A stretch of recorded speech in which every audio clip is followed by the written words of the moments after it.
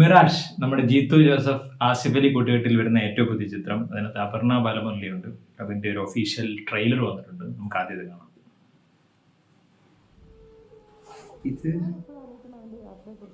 ഇത് normal thriller setup അല്ലെന്ന് തോന്നുന്നു. അതിന്റെ ഫസ്റ്റ് ഒക്കെ കണ്ടിട്ടു. എന്തായിരുന്നു പർപ്പസ്?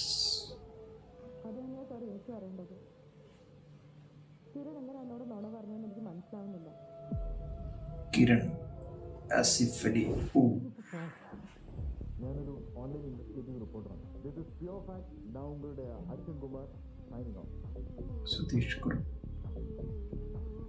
இந்த சிச்சுவேஷனில் உங்களுக்கு போலீஸ் ஹெல்ப் பண்ணுறதை தவிர வேறு எந்த வழியும் இல்லை. ഇത് ഈ ഒരൊറ്റ പേരാണ് പടത്തിന്റെ റേഞ്ച്.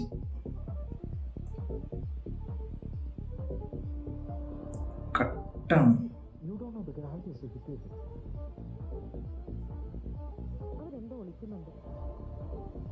വിഷ്ണു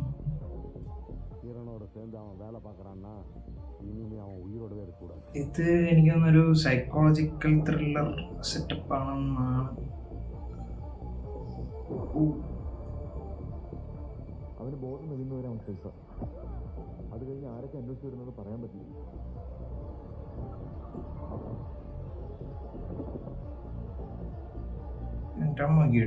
കട്ട്.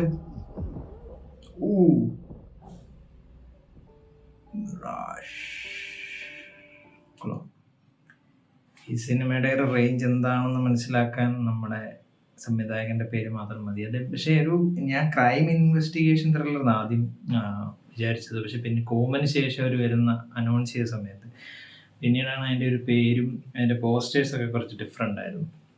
എനിക്ക് സൈക്കോളജിക്കൽ ത്രില്ലർ അങ്ങനെ എന്തെങ്കിലും സെറ്റപ്പ് ആയിരിക്കും. ഇത് കിഷ്കിന്ദ കാണ്ഡത്തിൻ്റെ എന്തോ ഒരു 1 year ആയി. ഇന്നാന്ന് തോന്നുന്നു 1 year ആണ്. അപ്പോൾ ആസിഫ് അലി ആൻഡ് അപർണ ബാലമുരളിയുടെ കൂട്ടുകെട്ടിൽ ആ സിനിമ ലാസ്റ്റ് ഇയർ വന്നിട്ടുണ്ടായിരുന്നു. ഇപ്പോഴും അതൊരു സൈക്കോളജിക്കൽ ത്രില്ലർ എന്ന് വേണമെങ്കിൽ പറയാം. ക്രൈമുണ്ട് എന്നാൽ പോലും അങ്ങനെ പറയാവുന്നൊരു സാധനമാണ്. സോ ഇത് ജിത്തു ജോസഫ് അങ്ങനെ കൈവച്ചിട്ടില്ലെന്ന് തോന്നുന്നു. ലക്ഷ്യം എന്നൊക്കെ പറയുന്ന സിനിമയുണ്ട്, പക്ഷെ എന്നാൽ പോലും അതൊരു ക്രൈം ബേസ്ഡ് ആണ്. ഇതും ക്രൈംസ് ഉണ്ടാകും, പക്ഷേ ഒരുപാട് ട്വിസ്റ്റ് ആൻഡ് ടേൺസ് ഉള്ള ഒരു സംഭവമായിട്ടാണ് എനിക്ക് എൻ്റെ ഒരു ട്രെയിലർ കണ്ടപ്പോൾ തോന്നിയത്. ഇതിൻ്റെ ഒരു ഫസ്റ്റ് ടീസർ ഇറങ്ങിയ സമയത്ത് എന്താണ് ഇതിൻ്റെ സംഭവം, എന്തൊക്കെയോ ഒരുപാട് ഇൻസിഡൻസ് അതിനെ കണക്ട് ചെയ്തിട്ട് ഒരു പരിധിക്ക് അപ്പുറത്തോട്ട് റിവീൽ ചെയ്യാൻ പറ്റാത്ത പ്ലോട്ടാണ് ഡെഫിനറ്റ്ലി. സോ അങ്ങനത്തെ ഉള്ള സസ്പെൻസുകൾ നിറച്ച ഒരു ട്രെയിലറായിട്ടാണ് എനിക്ക് തോന്നിയിട്ടുള്ളത്. ജിത്തു ജോസഫിനെ പറ്റി എന്താ പറയുക, അദ്ദേഹം ഇങ്ങനെ ത്രില്ലർ ആൾക്കാരെ ഇങ്ങനെ ട്വിസ്റ്റ് ചെയ്യുന്ന സ്ക്രിപ്റ്റുകൾ എഴുതുന്നതിൽ വേറെ ലെവലാണ്. പിന്നെ ആസിഫ് അലി അദ്ദേഹം ചൂസ് ചെയ്യുന്ന ഇപ്പോഴത്തെ സ്ക്രിപ്റ്റും വേറെ എന്താ പറയുക, ഭയങ്കര ഫ്രഷ് ആയിട്ടുള്ള സ്ക്രിപ്റ്റുകളും അദ്ദേഹത്തിൻ്റെ നടനും സ്റ്റാർസും എങ്ങനെ ബാലൻസ് ചെയ്ത് കൊണ്ടുപോകുന്ന രീതിയിലുള്ള സ്ക്രിപ്റ്റ് സെലക്ഷനാണ്. സോ അദ്ദേഹത്തിൻ്റെ ഒരു പടം അപർണ ബാലമുരളി അതുപോലെയാണ്. പിന്നെ അതിൻ്റെ എൻ്റയർ കാസ്റ്റ് ഒരു വലിയ സിനിമാനാണ്. ജിത്തു ജോസഫ് പറയാറുണ്ട് എപ്പോഴും നമ്മൾ ഒരുപാട് എക്സ്പെക്ട് ചെയ്യാൻ പാടില്ല. പക്ഷെ അങ്ങനെയൊക്കെ അദ്ദേഹം പറയുന്നുണ്ടെങ്കിൽ അദ്ദേഹം മാക്സിമം താത്തേ പറയാറുള്ളൂ. പക്ഷേ അദ്ദേഹത്തിൻ്റെ സിനിമകളും അദ്ദേഹത്തിൻ്റെ വിഷനൊക്കെ നമ്മളെപ്പോഴും എക്സൈറ്റ് ചെയ്യിപ്പിക്കുന്നതാണ്. ഈ ഒരു പടവും അങ്ങനത്തെ ഒരു ലെവലിലേക്ക് മാറും എന്നുള്ള ഒരു സൂചനയാണ് ഈ ഒരു ട്രെയിലർ എനിക്ക് തന്നത്.